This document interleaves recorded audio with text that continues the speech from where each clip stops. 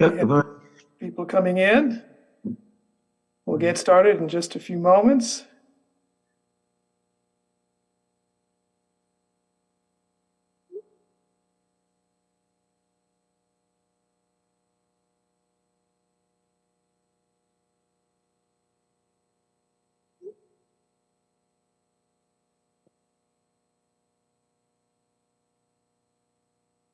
Hey, Nan, how are you doing today? Good, thank you. Oh, great. I'm Good. at work. Yeah, I'm at work, Yeah. so I don't know how well I'll get to participate, but we'll play it by ear. Wonderful. I love to see that you have that opportunity even when you're at work. So thank you for joining us. Yeah, absolutely. Yeah, and jump in to share whenever you can. Let's just let us know. Okay, thank you.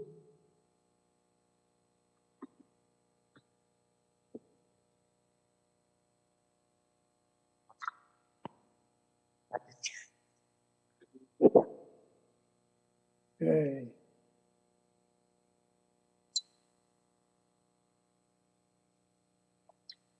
Give it one more minute here, because we usually have people coming in after we get started.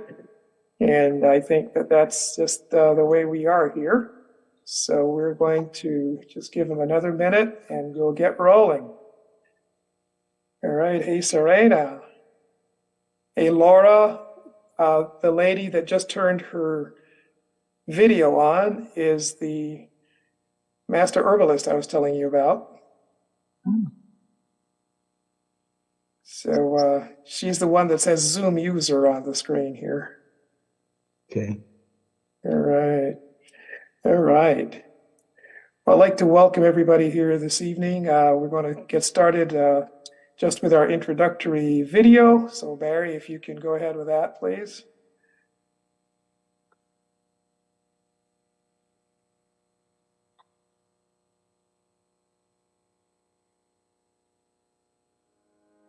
Do you ever feel the need for more energy, vitality, and a greater sense of well being?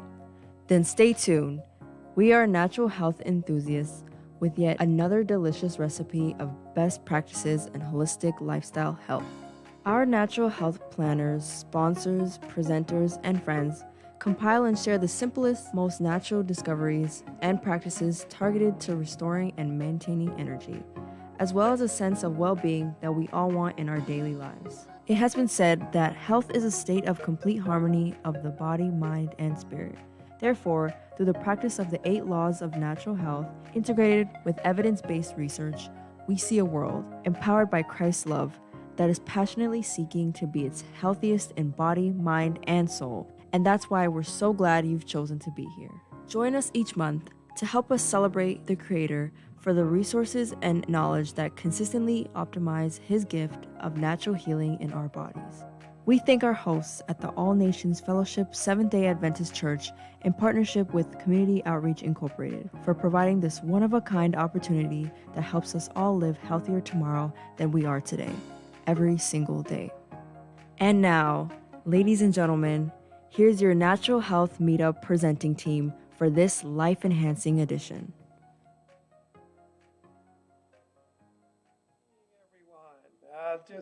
Yes, another delicious episode is in store for us today. And just wanting to be sure that you know that we are here to serve you. Our goal is to show you how much we care about your health. And so this is going to be almost the completing of 8 years. We've been doing this each month. We're now online. We hope to get back in person in a hybrid format sometime soon, but we're just very glad you're here. I do want to ask you to pay close attention to the fact that we do have in our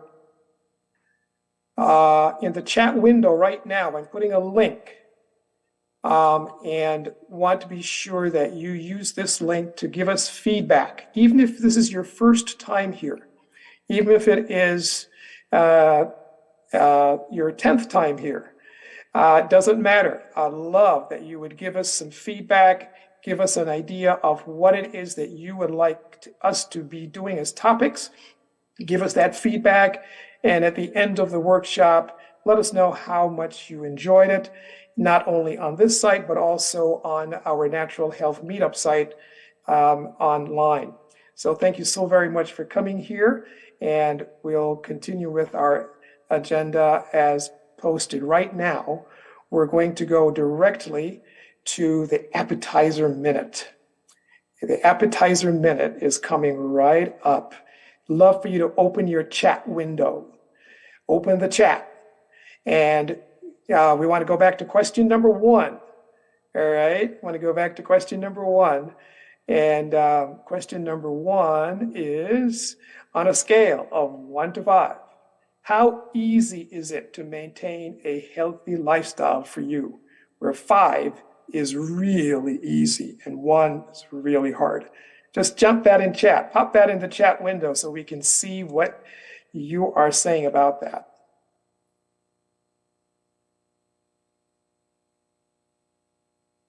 All right. We got a 3 and a 4. Yes, 3.5. Okay, Rosita, I love it. All right, so we have great responses here. So some people, all of us have a challenge, right? That's pretty much, yeah. We all have a challenge. We have a 4, we have a 3.5 again, and a 3. Yeah, I'm telling you, man, it's not an easy task sometimes to have a healthy lifestyle. So thank you for answering that. In our appetizer minute, we want to move on to question number 2.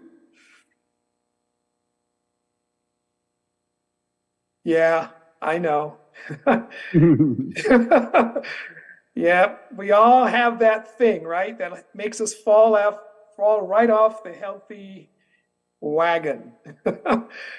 And what is that? What foods, what beverages, what environment makes it difficult for you to keep up your health habit? What's your Achilles heel? It used to be donuts for me. But not anymore, but it used to be. What's your Achilles heel? Dairy, ice cream, yeah. Dessert, of course. I know it. Man, business, yeah, staying too busy, right? And just so many things that are so easy to distract us away from that healthy lifestyle that we know we should stay with. All right, thank you so much for sharing those. And then number 3, what is it you find easy to do? Something that's really great. We're driving to the gym. Okay. All right. So that's really cool. Anything else? What lifestyle habits, health habits, do you find easy to maintain? For me, it's drinking water. I have really gotten really good at drinking 80 ounces of water a day. And that is really made a difference in my life tremendously. Okay, fantastic. The gym, diet, prayer, I love it. That's a very important lifestyle health habit. Fantastic. Thank you so much for sharing those. That's just amazing, right? And I'm going to actually put that link that I said I was going to put earlier. I'm going to put that in there right now. It's actually the survey link. Who can see your message if anyone this is not in this meeting? Did you get that the last time? No, I think not. So this is what, now it's going in the right place. Okay. Yeah, there it is. So that's our survey link. And we want to thank you for participating in our appetizer minute. And at this time, I'm going to just bring a PowerPoint slide up so we can review just our goals and who we are a little bit more. This is, of course, the Natural Health Enthusiasts group where we learn and share together. It's an outreach ministry of the All Nations Fellowship, Seventh-day Adventist Church in Downers Grove. It is also a part of Community Outreach, Inc., which is owned by that church. And we produce this for our members and our friends, and all of us together come together as natural health enthusiasts. We are just wanting to know that this is monthly. So however you heard about this, be sure you go back there, whether it's on Facebook, where we have a Facebook group, if it's on the Meetup site, if it's through a WhatsApp message, please be sure that you pay it close attention. Our next one coming up is going to be in July. It's going to be the 11th of July. And it will be on mental health. It will actually be happiness on demand. And a clinical psychologist out of Edmonton in Canada, Alberta, is going to be sharing her happiness on demand. She's a well-published author and is going to be with us July 11. So it's monthly. In August, we'll have another presentation, and we've been doing this faithfully each and every month. We are, in particular, wanting you also to recognize that in this particular venue, we are not here to diagnose or treat or prescribe anything. This is purely for educational purposes, to share our stories, our successes. But whenever you need any proper health care, please go to a qualified professional for that care so they can properly treat you, diagnose, and recommend as well as prescribe the correct regimen for your health. So we want to thank you for coming here. And this is some of our planning team. We don't have all the pictures here.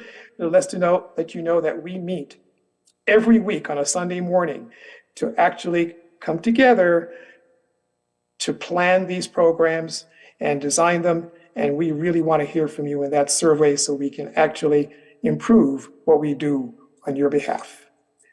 So we'll continue with our agenda at this time.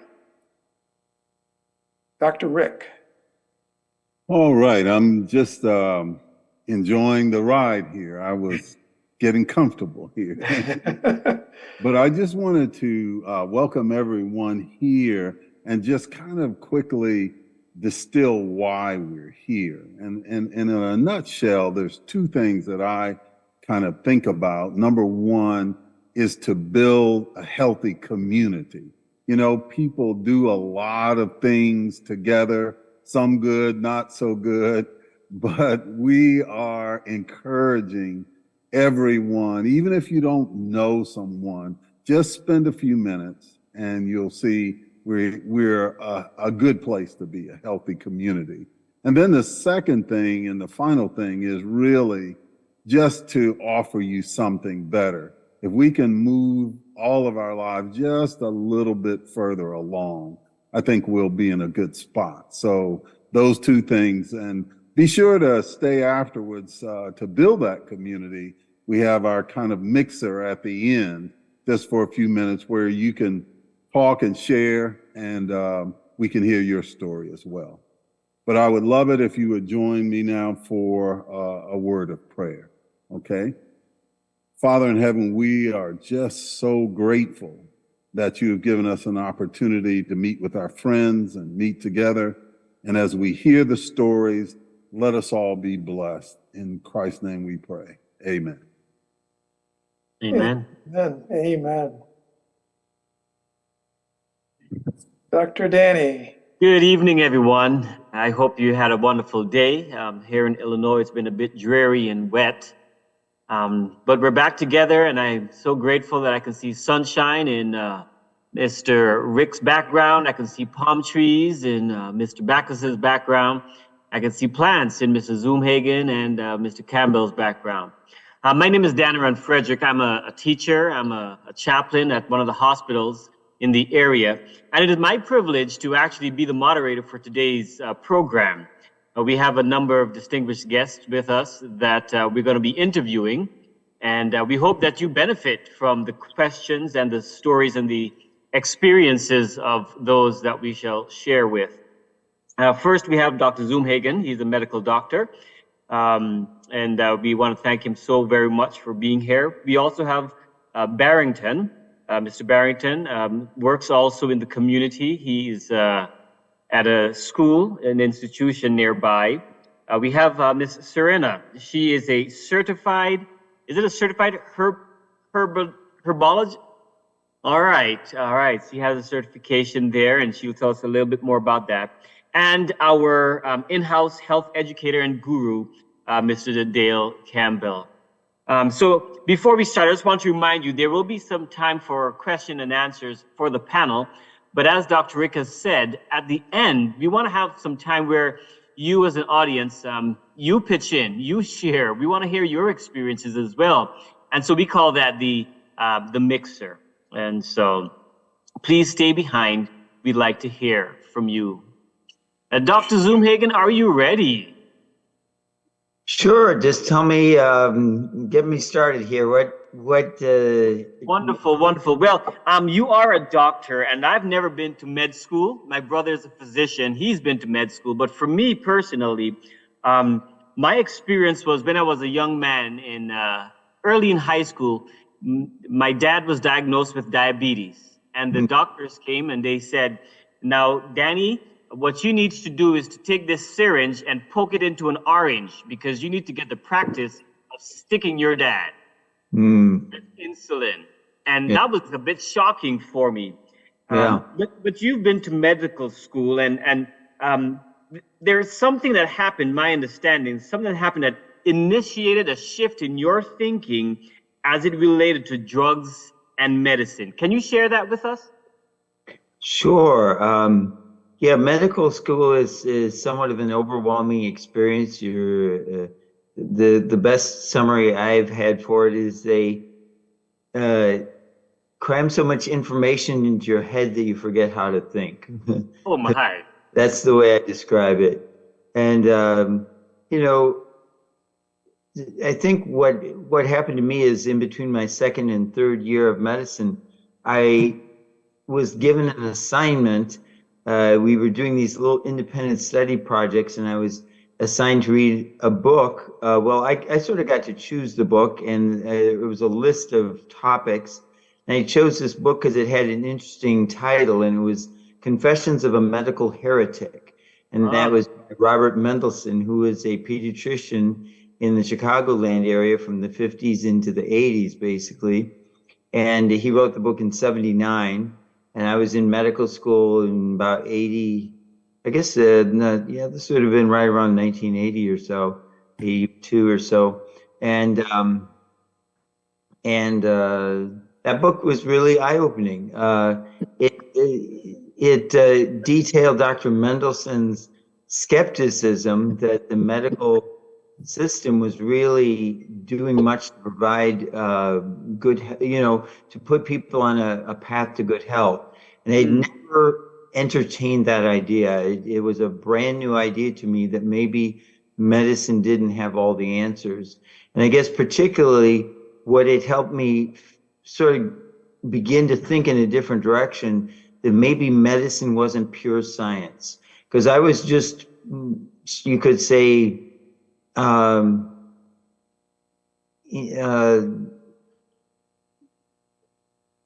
assimilating all the information I was given, assuming that it was just absolutely unquestionable, and all I had to do was keep memorizing things and learning. And basically, because we have a pharmaceutically based system, it was sort of like disease, pill, disease, pill, disease, pill. For each disease, you learned what medications to provide.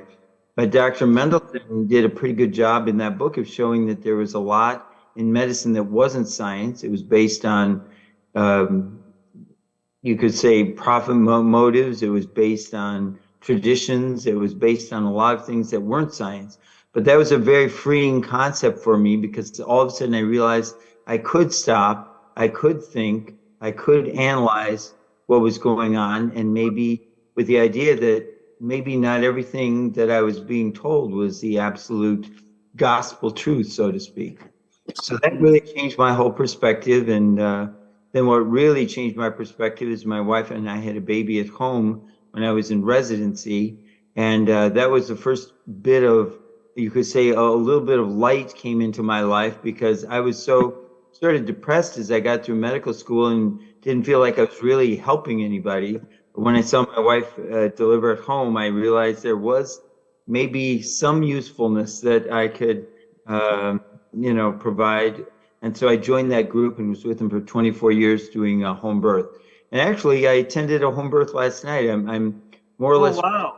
from home birth, but some friends of ours from our church were delivering their second baby, and they happened to live 5 minutes down the street from me. And so I got to be there. There were midwives there too. And so I was there more of in an advisory capacity, but it was just very joyous experience. There's no greater, amazing experience than seeing a baby be born.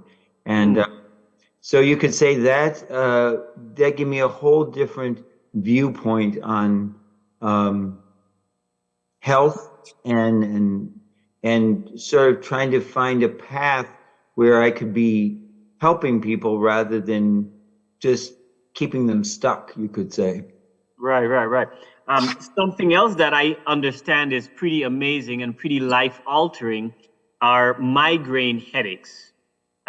Did you have something in your experience that caused a migraine, or the migraine helped to? So that was phase 2 of my life. Phase 1 was getting into home birth for 24 years. And then when that practice started to sort of phase down, and I'm trying to figure out, okay, I've been delivering babies for 24 years. I don't want to go into pharmaceutical medicine. What should I do? My wife was visiting a chiropractor who's doing some nutritional work with her.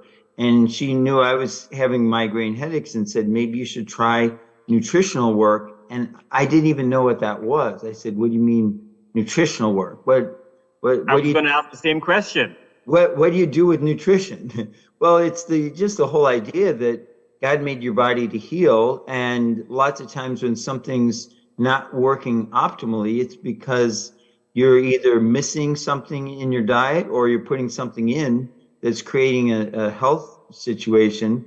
And so I went to this chiropractor, and he mostly just helped me with my diet to get white sugar out, white flour, and gave me a couple of different little supplements that gave me some extra B vitamins and extra food things that I wasn't getting in my diet. And sure enough, the migraines went away.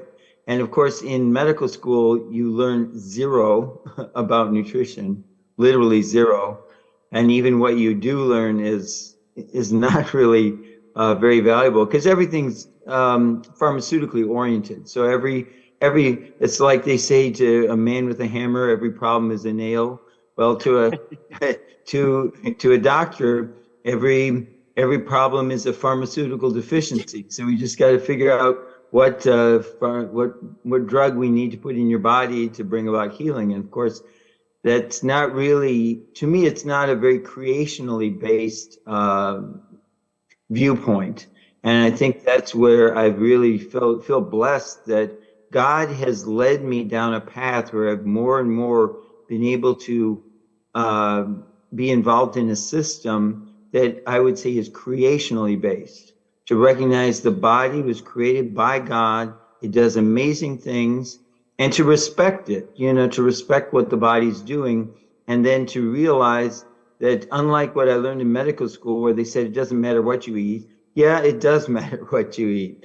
And that can have a huge impact on your health. But of course, we see it all across America, the poor diets and sick children and obesity and it's actually not hard to solve. You just eat food the way God made it, and that solves the majority of your problems. Yes. I like the idea, and so does Janine. She said beautiful. She appreciates your thoughts and what you had to share.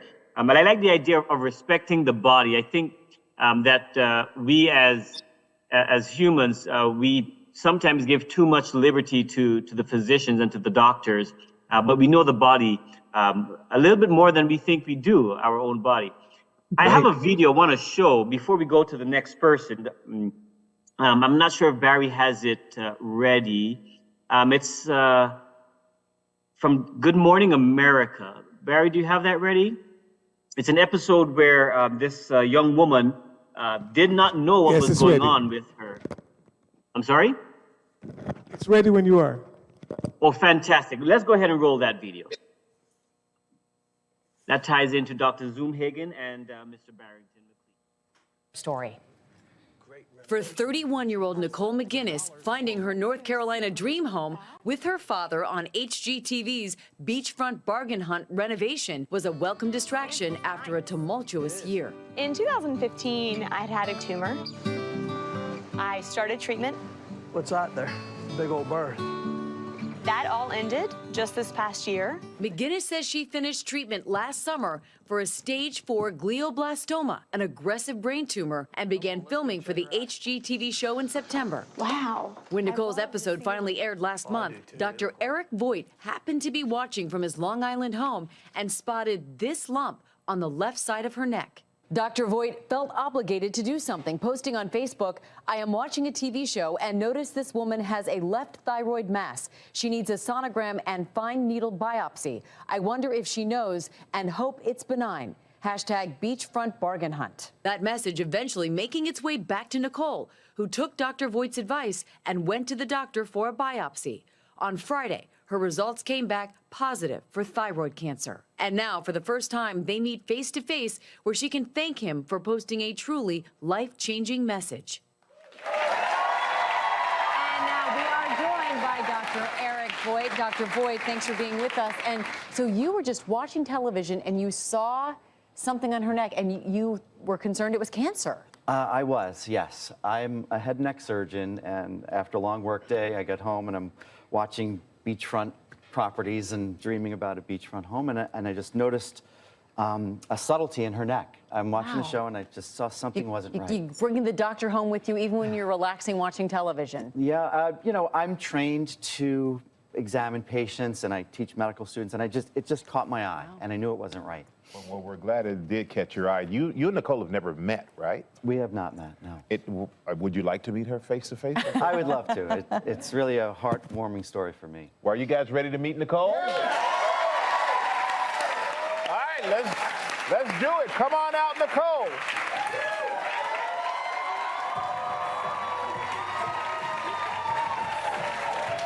Good morning. Hi. Thank you so much. It's my pleasure. Thank you so much. Good morning. So nice to meet you. Thank you so much. I appreciate it.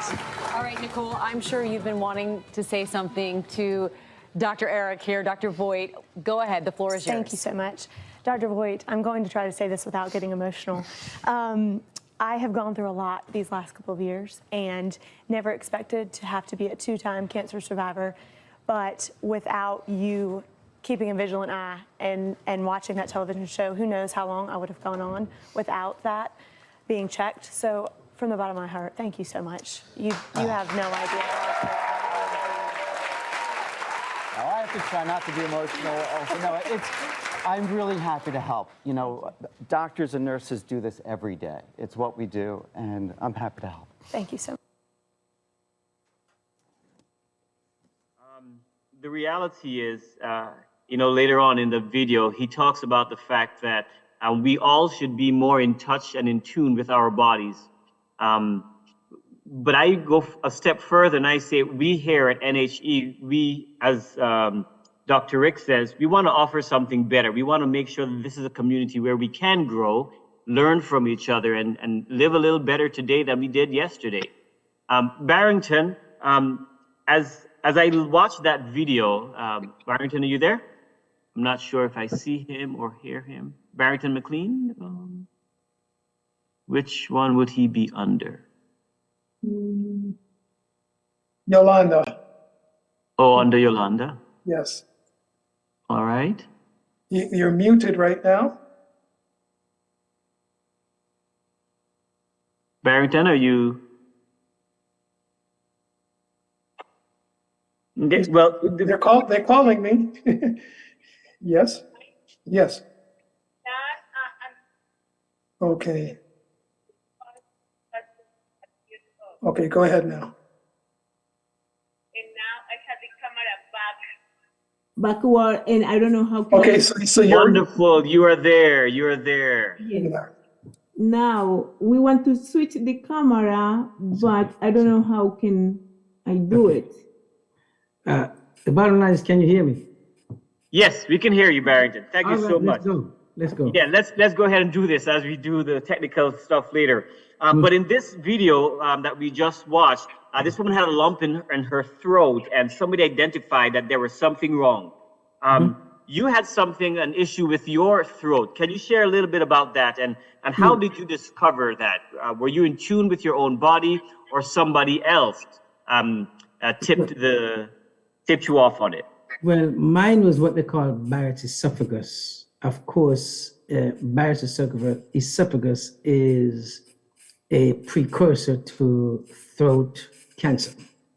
A lot of people who have throat cancer or cancer of the esophagus, it's Barrett's esophagus. And for those who may not know, what that means is there's so much acid in your system, and your body inside is trying to keep this acid away. And when it's not happening, it grows its own defense. Wow. Which is really looks like intestine and the stomach. And of course, you lose weight because you have this extra thing growing in you. And, I was down to about 95 pounds at one time. I was just diagnosed. In retrospect, it wasn't a long time coming because I did have a very acidic system. It goes back to when I was a baby, actually. But it wasn't a problem because back then I was in Jamaica. It was a problem, but it was manageable without knowing it because of the kind of food people ate. They ate what they planted. It comes from the ground or off a tree or off of. You went mute again. Yeah. Okay, go ahead. Okay, and then when I came to the States, now you start eating the food over here, and even the healthy food that you ate, it turns out wasn't so as healthy as much. So by the time sorry, Barrington, can you be a bit more clear? You say you started eating the food here in the States. What was the difference between the Caribbean food and the food here? Well, I think in all honesty, what it is they had a lot more stuff in it, whether it was genetically modified, whether they're feeding it with fertilizer and what have you. Okay, more processed things, okay? Yeah. And then, of course, they're the things you're buying that's from the can, which you thought was healthy. Or, we being from the Caribbean, you didn't eat vegetable from the can, but the other things, etc. And after a while, it burst out in something. We start eating things like pizza. There was great food, right? But it turns out there was a problem. And it went on and on and on and no relief. I must say that being in Chicago, I have to tell you, I've had access to some of the best doctors in this country because I'm in Chicago. Because I'm in Chicago. You have all these medical schools, and all of them were at these medical schools. Just like Dr. Zoomhagen was talking about. Yeah.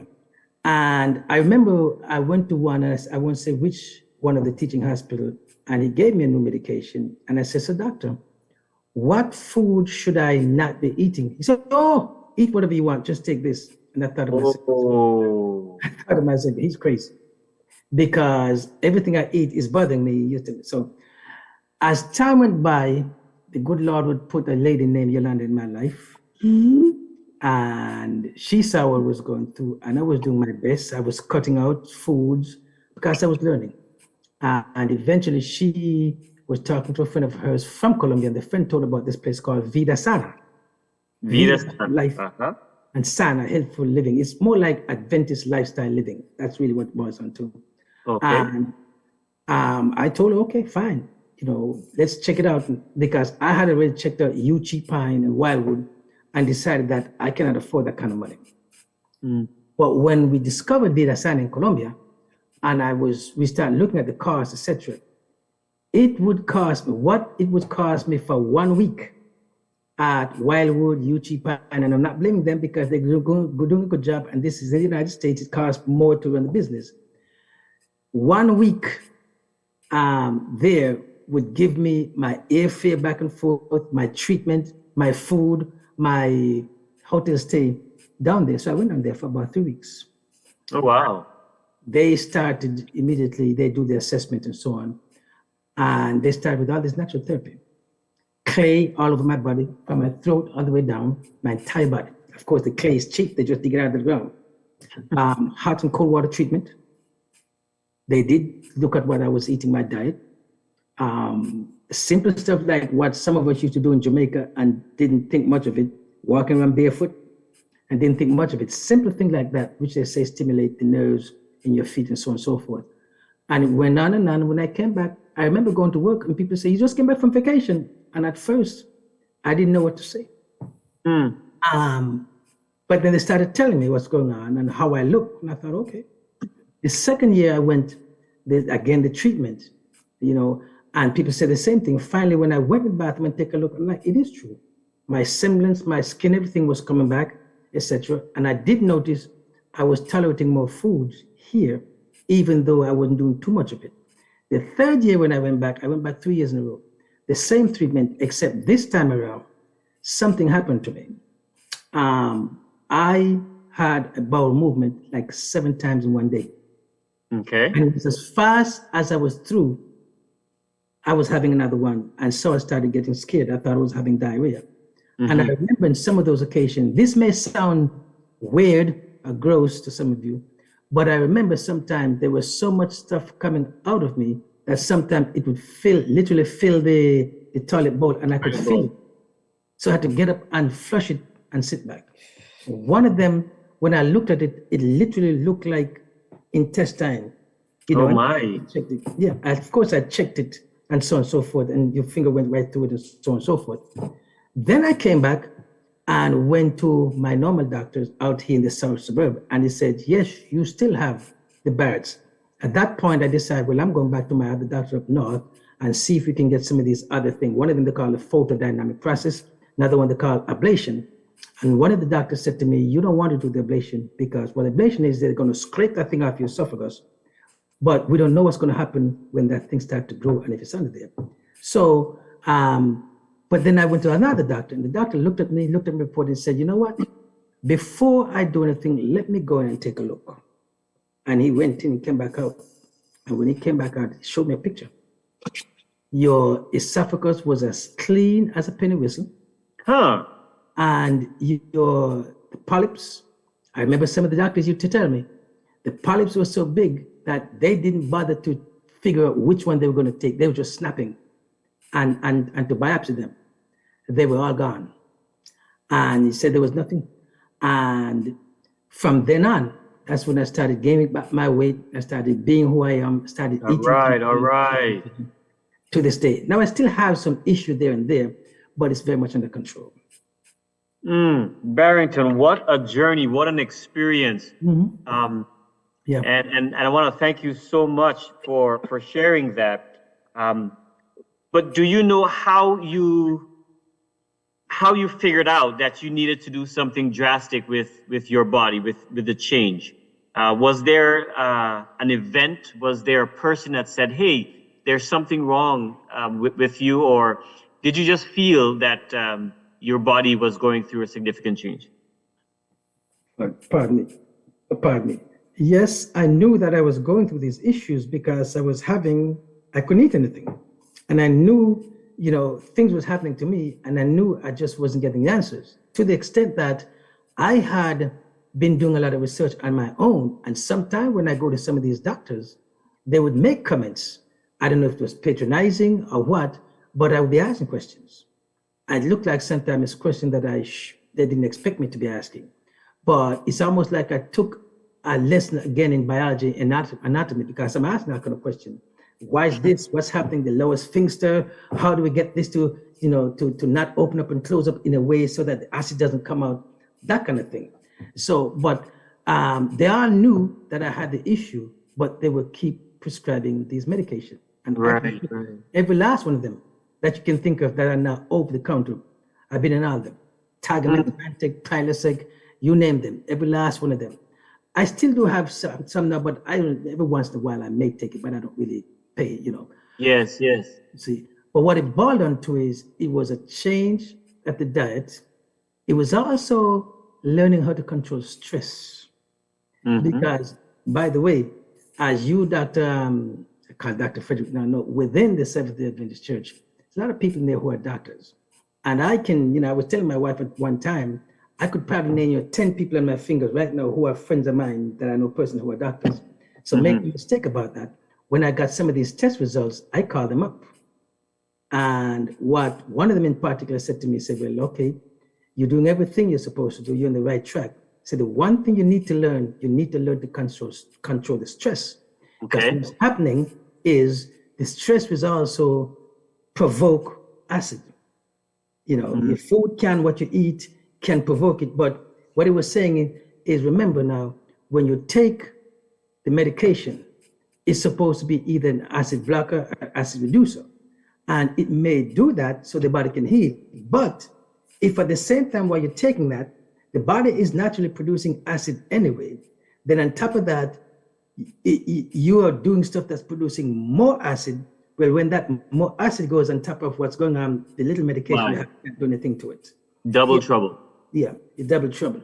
So that I learned to do too. I learned to control stress on the job and so on. And this was another thing I wanted to tell people too. You see, this whole thing is holistic.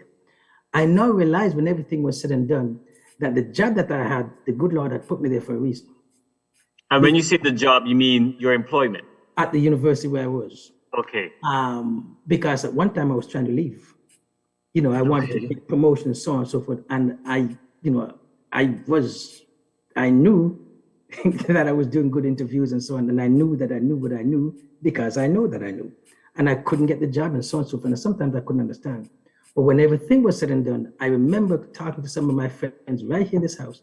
And one of them said to me, you see, you were trying to run away to go do this, do that, and go the other. But the Lord didn't intend for you. He wanted you exactly where he had you. Had you left the kind of sympathy and patience and understanding that those folks on the job that you had right now, the kind of it that they had for you, you would not have gotten it at the other job. It'd be more stressful over there. You would have been more stressful over there. But the job where I was, sometime when I went to work, I'm sitting in my office and students came to see me and they would tell her, of course they wouldn't tell the truth, well, he's not available now. Everything, and sometimes I was surprised. Sometimes I'd go up and the student would say, I thought they said you're not here. I'm like, huh? But they were protecting me. Yes. You see, and so they took the stress out of me. So at the end of the day, you know, you look at the thing from a holistic thing too. People don't always think about the spiritual side of it too, but there is a spiritual aspect to it as well. Right. That in itself had to control stress. The other side too, and I could go on for 2 days now, but the other side to it is when I found out that there were people as far away in South America, in England, in all over the globe that was praying for me that I didn't know about it. Every time that it came to my knowledge that people were praying for me and about me, it was like a shot of adrenaline went from my toe right up to my head. Amen. Every time. I was surprised. I didn't tell my sister in England how sick I was, but somehow she knew and she was telling me, you know, my church is praying for you. That was like a shot, you know.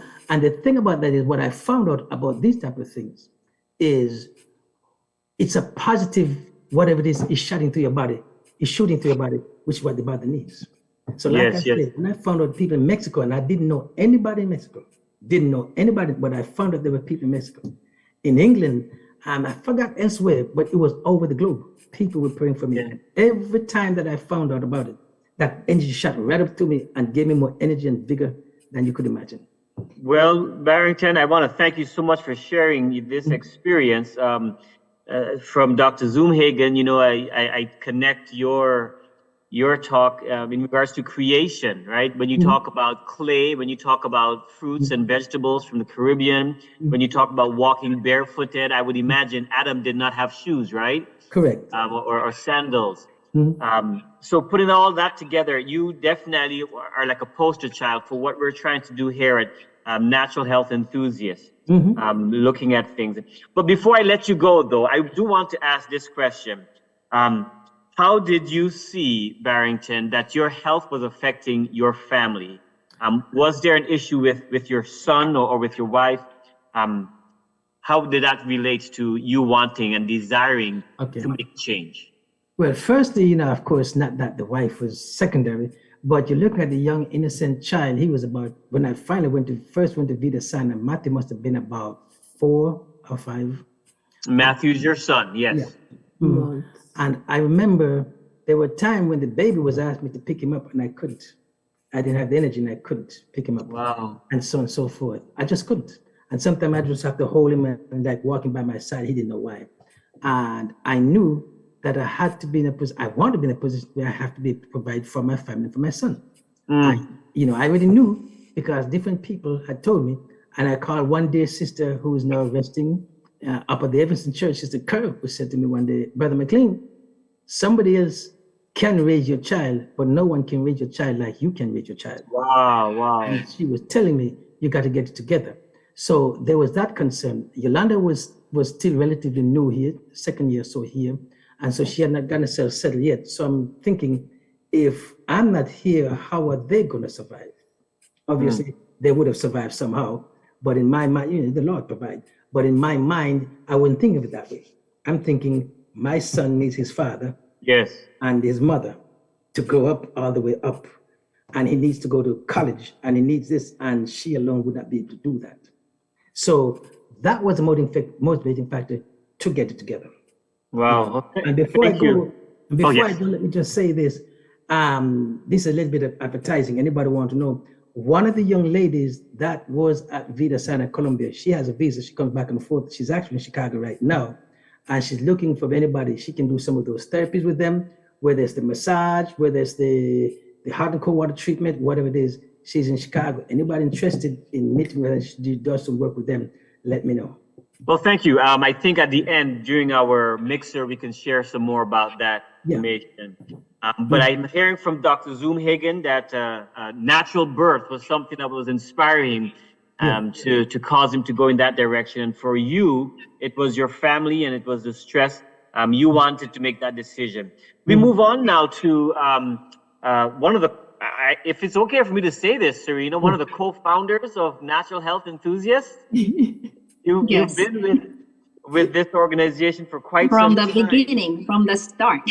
From the start. That's exciting. And you've seen a lot of development, a lot of growth. You're part of that community that ultimately wants to reach the world to live better today than yesterday. We would like to hear your story, Serena. And let's begin with what was your nemesis? What was your Achilles heel? What was that thing that you were having to fight all the time that you were like, oh man, I can't shake it? Did you have something like that in your life? Yes, I did. And I still do.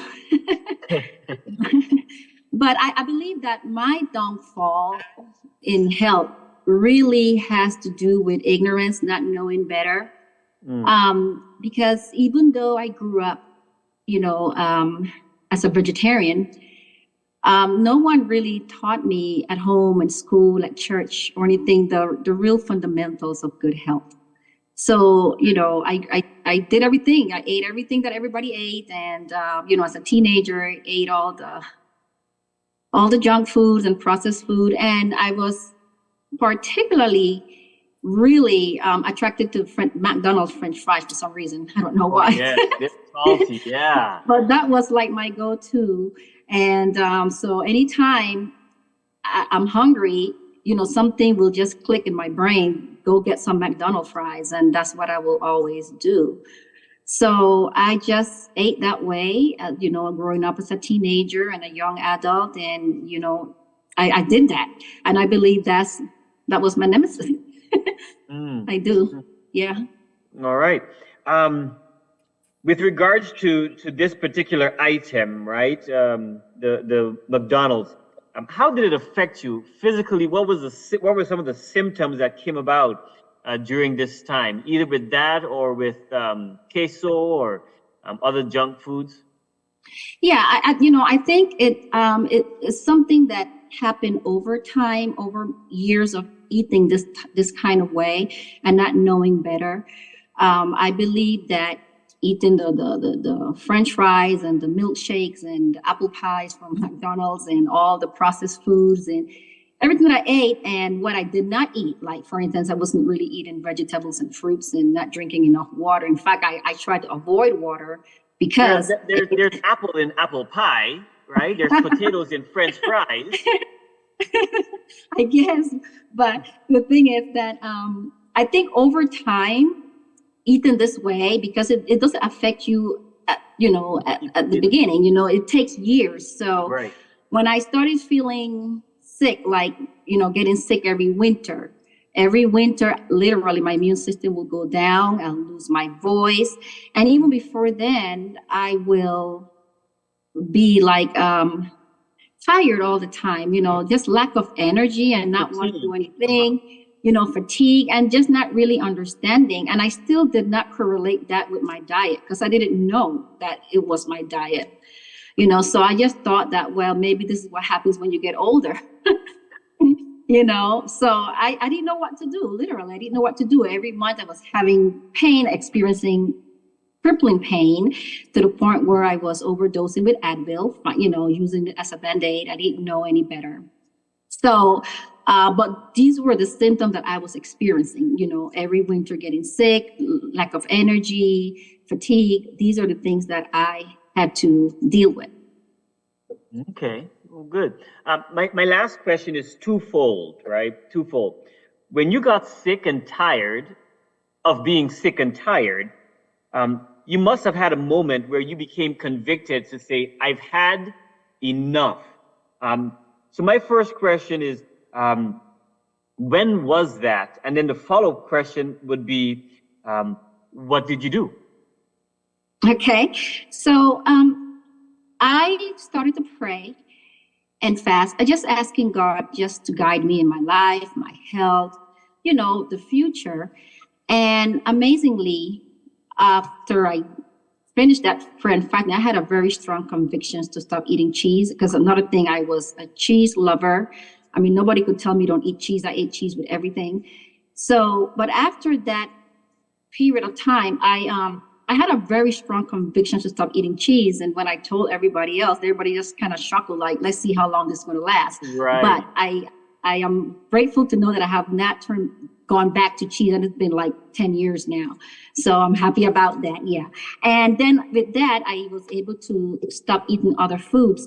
But also, one particular Saturday morning, I was on the piano and I was listening to the elder. Yes, I am. Okay. Yes. And as I was doing the piano, the elder was making some announcement, pray for brother so-and-so, pray for sister so-and-so. They have this disease and this other disease. And then something just hit me like, I don't want to wait till when I'm like really have a real serious disease to start taking care of my body. I need to do something. And that's when I got another conviction to talk to a medical missionary that was going at my church at that time. And I heard that she was healing people and helping people with juicing and diet and, wholesome food. So I just wanted to talk to her. And I said, right after church, I'm going to go talk to this lady. And I spoke to her and I mentioned my interest in learning. I wanted to do something before my health declined to the point where I was really sick. I didn't want to get to that point. And that's how my journey in health began. All right. I'm hoping that somebody online during our Q&A will ask you the question, what is a medical missionary? And so you say your journey began at that moment, and where did that take you? So she, it took me to the point where I met other people that was helping me, because this lady introduced me to another person who was able to help me to understand the fundamentals of good health, cleansing the body, detoxing, nurturing the body and rebuilding and everything. Wow. So I started to learn under this other person and for a few years. And then he's a pastor. And he recommended me to go and study to become a certified master herbalist, so I could continue and get further into that, career. And then I followed his advice, and I don't regret it. So what changes have happened? What has happened? You've given up cheese, right? You spend less time at Mickey D's, and some other places. How do you feel? What about the winters? What about your fatigue? Yes, so all of that went away when I started changing my diet, right? Because, when you're new to something, you're excited, you want to do, yes. You're doing everything the right way, right? So I stopped eating all the junk food. Well, I stopped cheese from before and the McDonald's, but I started now incorporating fruits and vegetables, wholesome foods, and drinking water was something I was not drinking. I started drinking water, lots of herbal teas. And, you know, over time, the monthly pains that I was experiencing went away. They started to diminish little by little. I started to regain energy. I wasn't feeling fatigue like before. And also, there were like several winters where I wasn't getting sick. I wasn't losing my voice. You know, I work around kids, and you know, kids will sneeze and cough and don't cover their mouths, and They bring everything. yeah, and I still didn't get sick. You know, so I did make some major changes in my diet. I mean, I'm proud of myself because, and I thank God for helping me. And I'm still not where I want to be, but I'm definitely not where I was, you know, because, you know, after a while I got so used to it. And then sometimes there are downfalls, you know, especially when you're around friends and family that they are not on the same page with you. So sometimes that can be a little challenging, but I did notice a huge difference in my health, you know, when I started that change. Yeah. Oh man, I'm so happy to hear this. And I'm looking forward to some more questions during our question and answer period. Before we take our last person, though, that will be Dr. Dale, we want to just play the video of our closing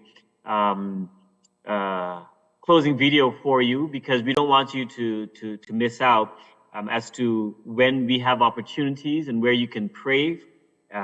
So Barry, if that video is ready, let's show them our closing video, so that they know how to contact us. We're thrilled that you're attending this edition of your Natural Health Meetup. In between our monthly sessions, you can stay connected with us in as many as 3 easy ways. Our Facebook group has our live as well as archived videos along with other natural health updates and a place to post your questions. Our Natural Health Learn and Share Meetup site has announcements, reminders, and messages for you, and also our confidential requests for prayer page. We love to pray for you and any concerns of life that you may have. Use the link on the screen to stay connected for any one of these or all 3.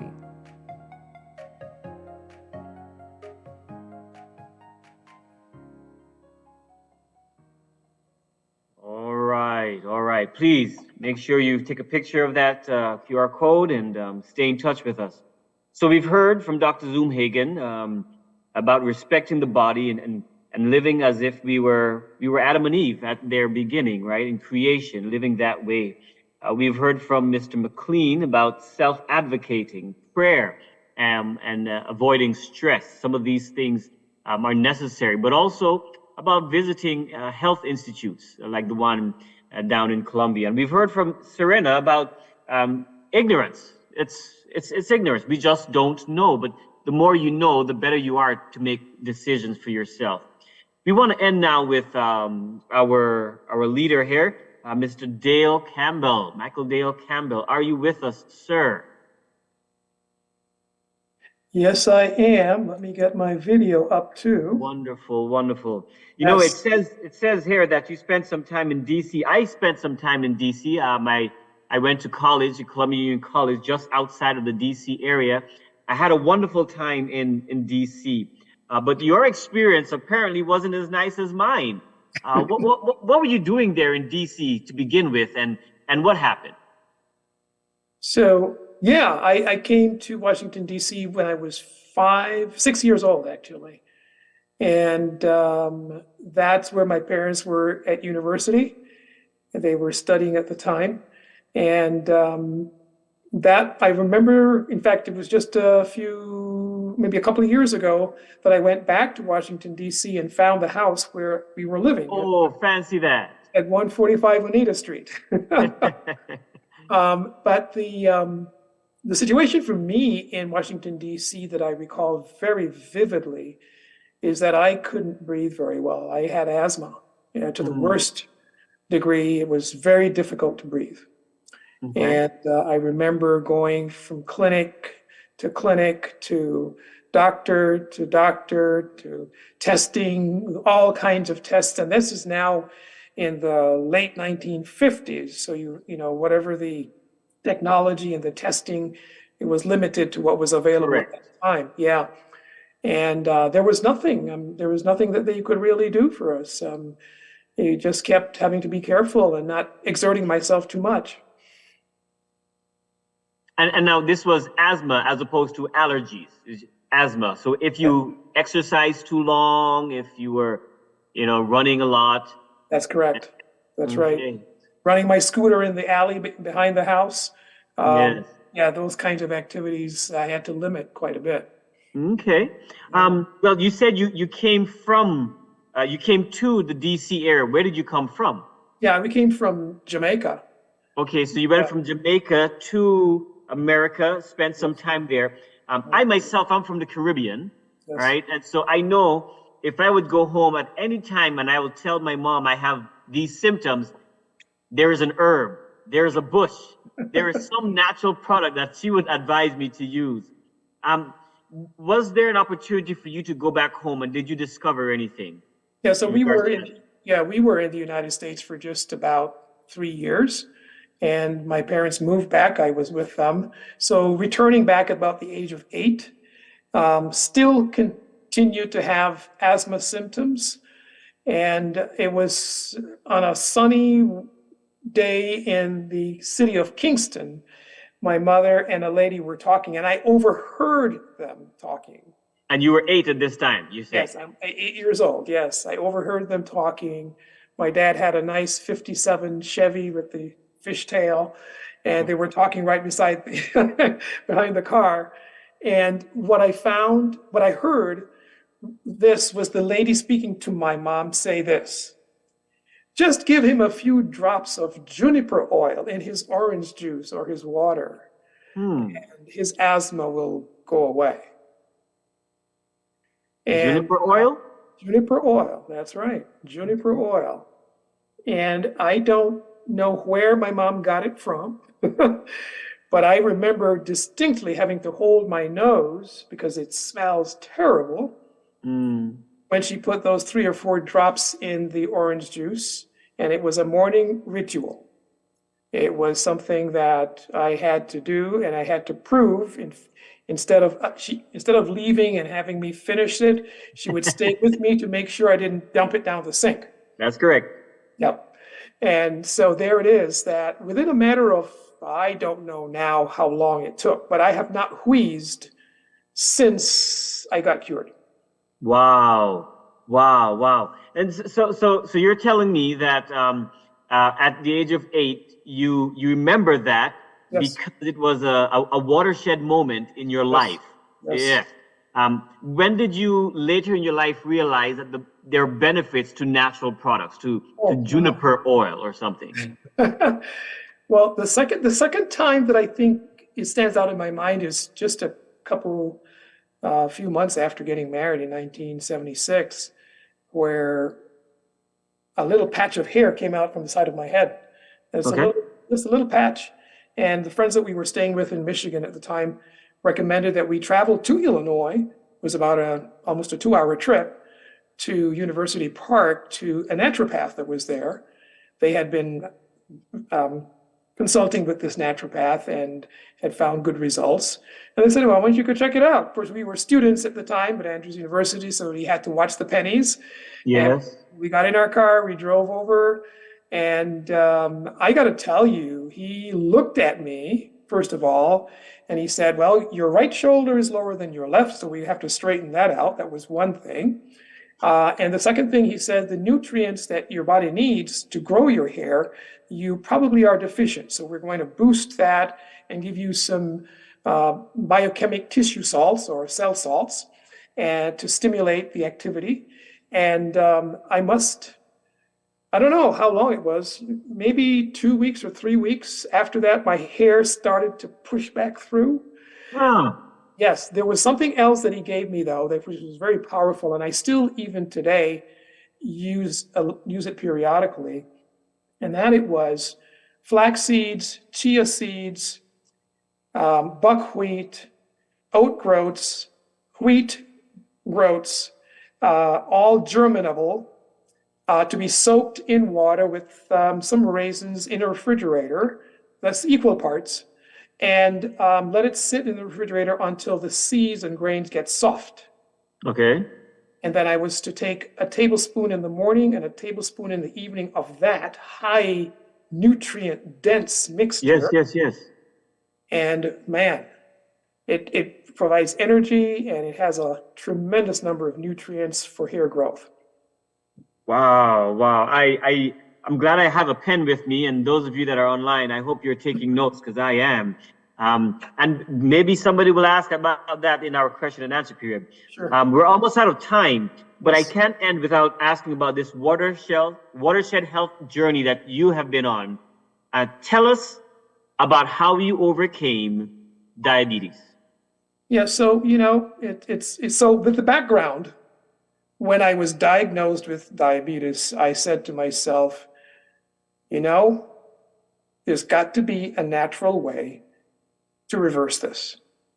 And so when I left the doctor's office, I must confess that I went to Plush Horse. If any of you are in Illinois and Chicago area, you know Plush Horse. That was my favorite banana split ice cream shop. And I stopped there on the way from the doctor's office in defiance and denial. But when I came home, I got on Google and I searched cure diabetes naturally. And I found I've been learning ever since. But what I will tell you, to make it simple for our audience today, and Dr. Zoomhagen, or actually Barrington, mentioned it specifically, inflammation. Acidic bodies tend to fall into disease. And so one of the things to do is to really figure out what is in your diet or beverages that is causing the body to become acidic, and then not to use those. Well, sugar is the main culprit. But there are many other things. Any processed foods, there are chemicals, there are additives, there are preservatives to foods that really promote an acid kind of environment in the body. Once I removed those, and I'll tell everybody here, alpha lipoic acid and cinnamon are two excellent items to have on hand with a meal if you're going through that period of time, to reduce the blood sugar. I will also identify that there is a stem cell supplement that helps the body to produce stem cells significantly by 400 to 800%. And as soon as I started taking that particular supplement, I could feel my body rhythm change. And the blood sugar started going just normally up when I ate a little, and then down at the night. In the morning after sleeping, it would be just within the normal range below the 100 reading. And it's been that way ever since. Friends, I don't know about you, but I think that each of these presenters could have had their entire time with us this evening. I have learned a lot, and I'm still ignorant about a lot of things, but I've definitely gleaned a whole lot more than I did know last night. We want to end, but I just want to say thank you to each and every one of our presenters, our panelists for sharing. Thank you so much. You've opened up your lives, shared personal things, but I think it's the benefit of the community. Somebody's asking if you can share some of these supplements, and hopefully we'll do so during our Q&A or the after mixer. Before we end with prayer, I just want to invite Mr. Al. I think he may have a few words, and then he will give us our prayer. But this is the time for questions and answers, friends. And if you would be so kind as to let us know who you are, what your name is. And we have Dr. Zoomhagen ready to answer, share some more. We have Mr. McLean, he is still here. We have Ms. Serena, she's also available. And then we have Mr. Campbell. So anyone has some questions for them? Their journey, their experience, supplements.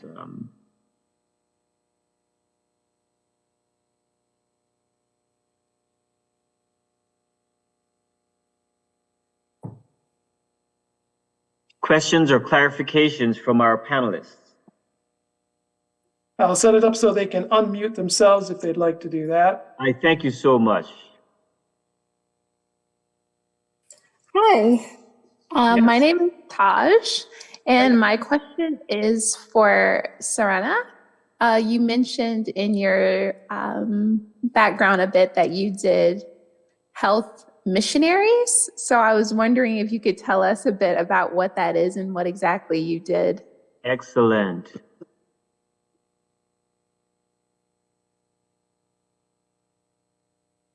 There she is. Okay. Yes, so I spoke to a medical missionary. So a medical missionary is someone that will either do it locally or travel to another person's home to help them with natural treatments and,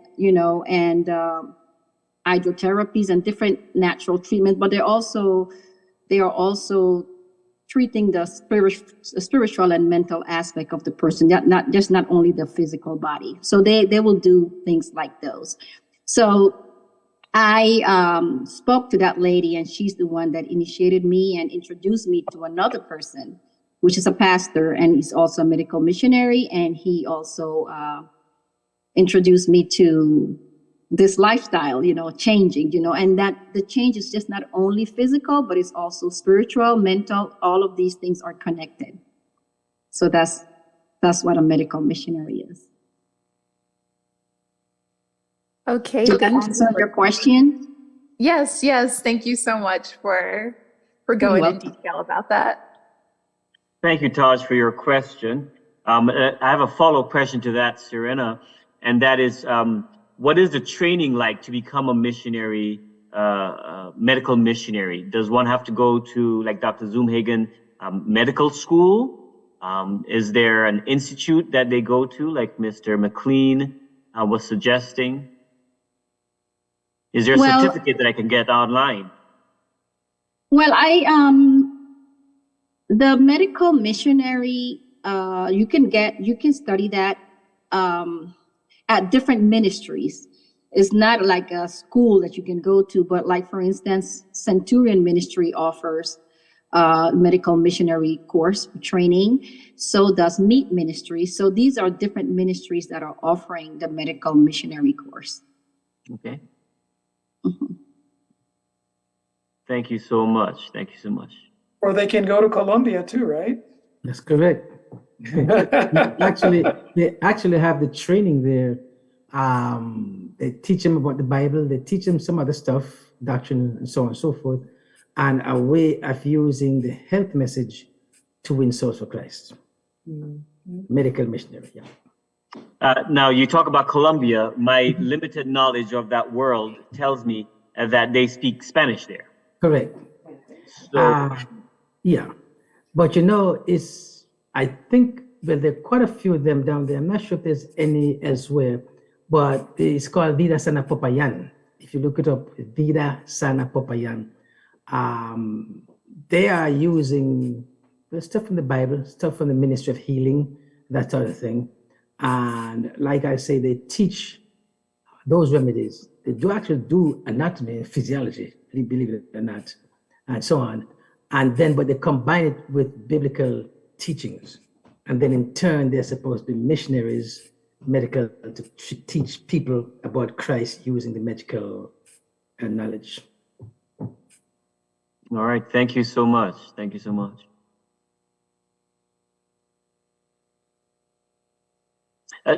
Dr. Zoomhagen, I have a question for you, though. As you have gone through the traditional, if I can use that term, medical background on training, how do you relate with other colleagues of yours that may not see the same as you, wanted to go back to creation? And I see there's a gentleman here, Rick, your title says Genesis Health. How do you relate to those that say, no, let's keep on giving them some pills, some drugs? Well, medical school is 4 years of intensive brainwashing, and most people don't overcome it. And I'm just saying that very frankly. God put that book, I mean, truly that I mentioned that book, that was God that put that book into my hands because Mendelssohn. nobody else in my medical class read that book. It was like God sent that book to me. And the interesting thing, that book is dedicated to Dr. Mayer Eisenstein, who was one of Dr. Mendelssohn's students, and I was working with Dr. Eisenstein 3 years later. So it was truly the fingerprint of God that put that into my path. And I think we saw it in the last experience we had the last couple of years. There's a stranglehold that system has, and it's not for promoting health, in our country. So it's a real blessing to have a gathering like this. It's very, very important for like-minded health practitioners to be gathering together and supporting each other. And because I have, the only other medical colleagues I have is either naturopaths, chiropractors, and one of the fellows that I used to practice home birth with, because nobody else is really on this path, so to speak. I've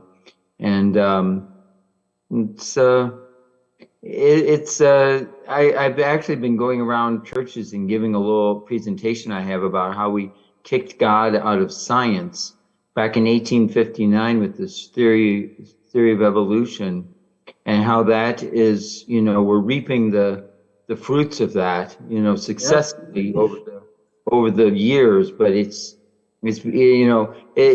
when you kick God out, there's still enough of God in the system that the system still retains something of a Christian viewpoint.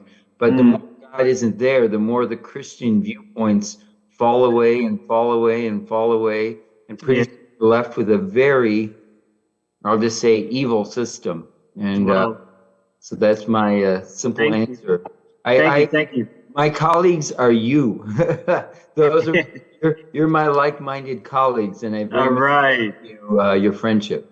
All right. You sow the wind, you reap the whirlwind. Yeah. I want to get to Dr. Rick, but before I get to Dr. Rick, Janine has a question. Janine, you want to go ahead?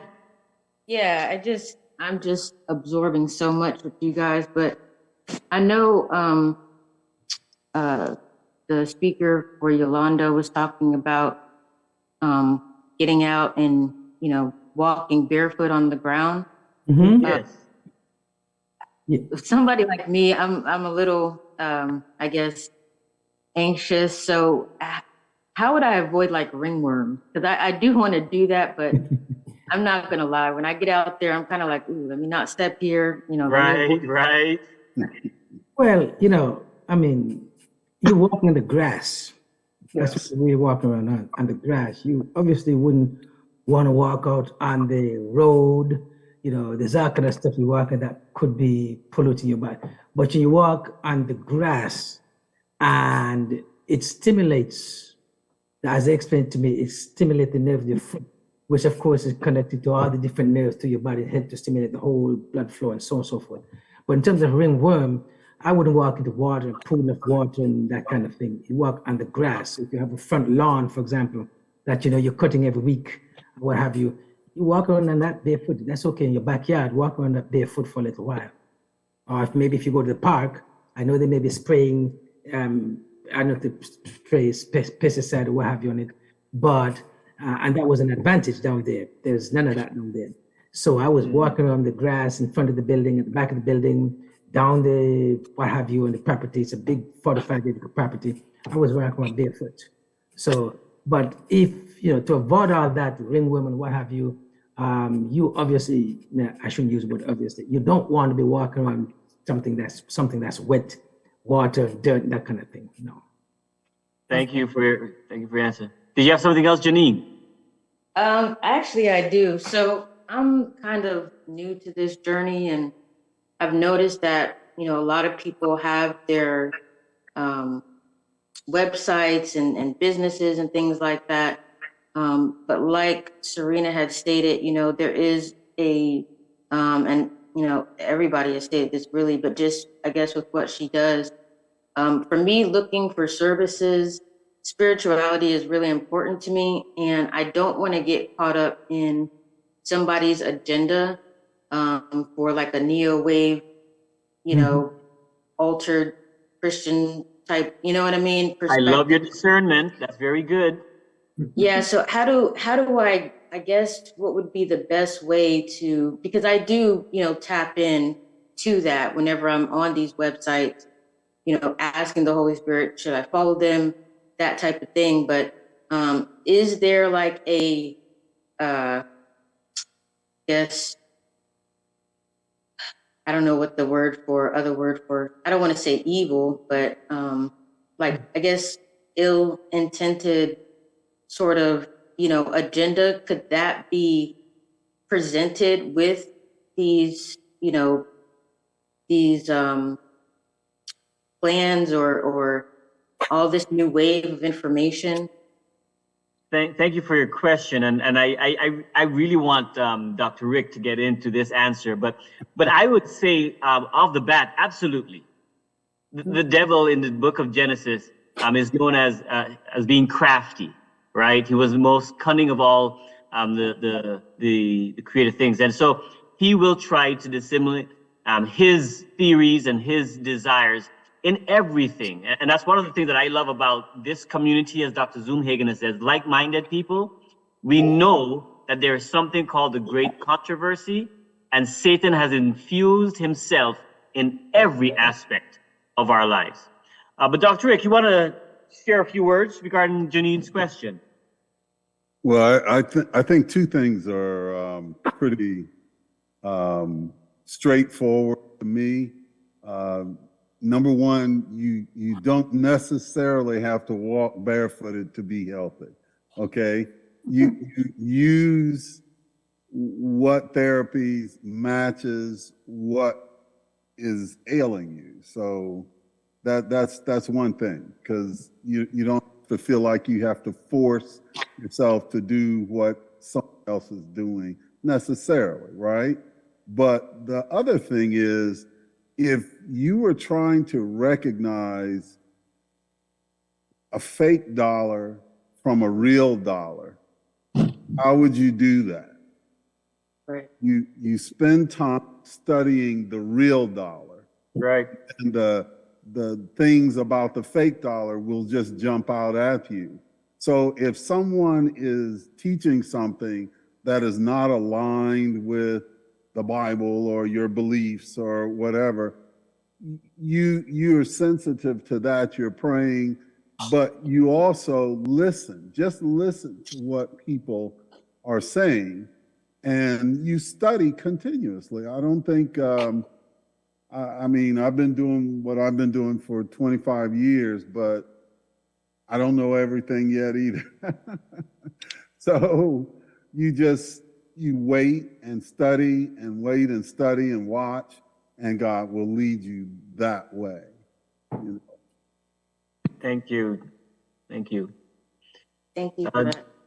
And also, Dr. Zoomhagen, I really love that creation-based practice. That is just brilliant. So thank you. I purposely named my practice Fearfully and Wonderfully Made, so that the body of believers could know you can come here and we're not going to deviate from God's ways. We're not going to go into, other spiritual practices. I wanted people to realize there's a place you can go to and you can do something alternative to the mainstream without going into the occultic realms. Wonderful.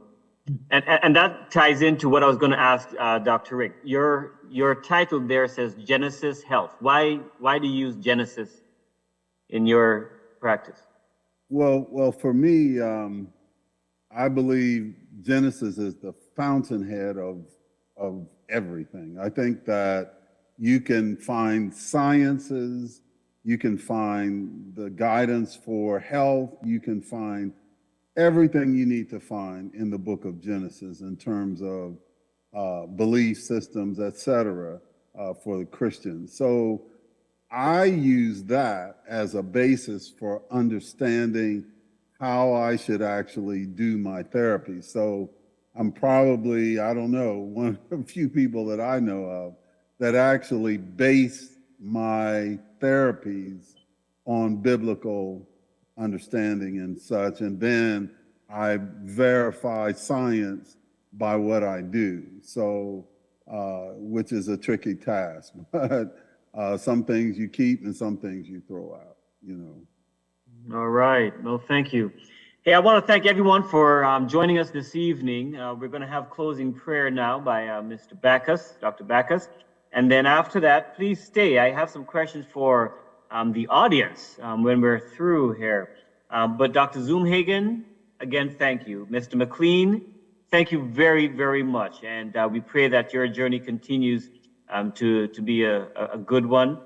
Serena, we appreciate you sharing the fact that you have been tempted and still are at times, but you're continuing to work towards a natural health.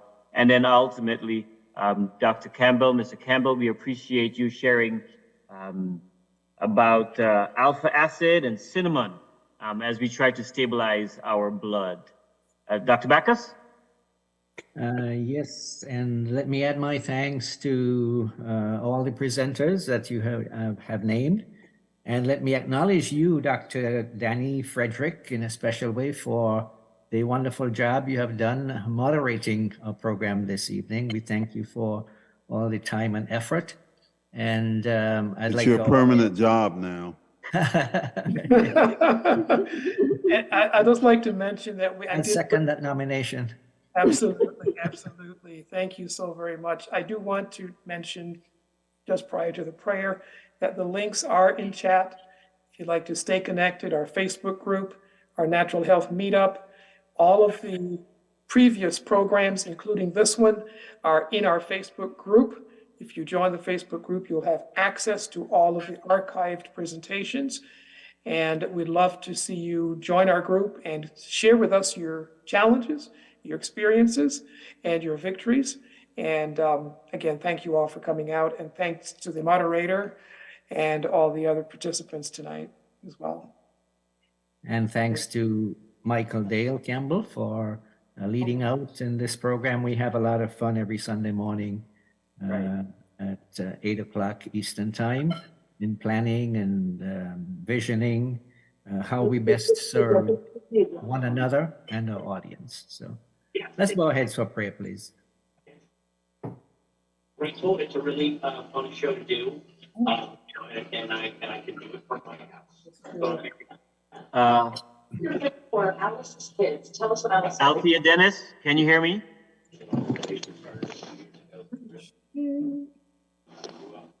Dennis?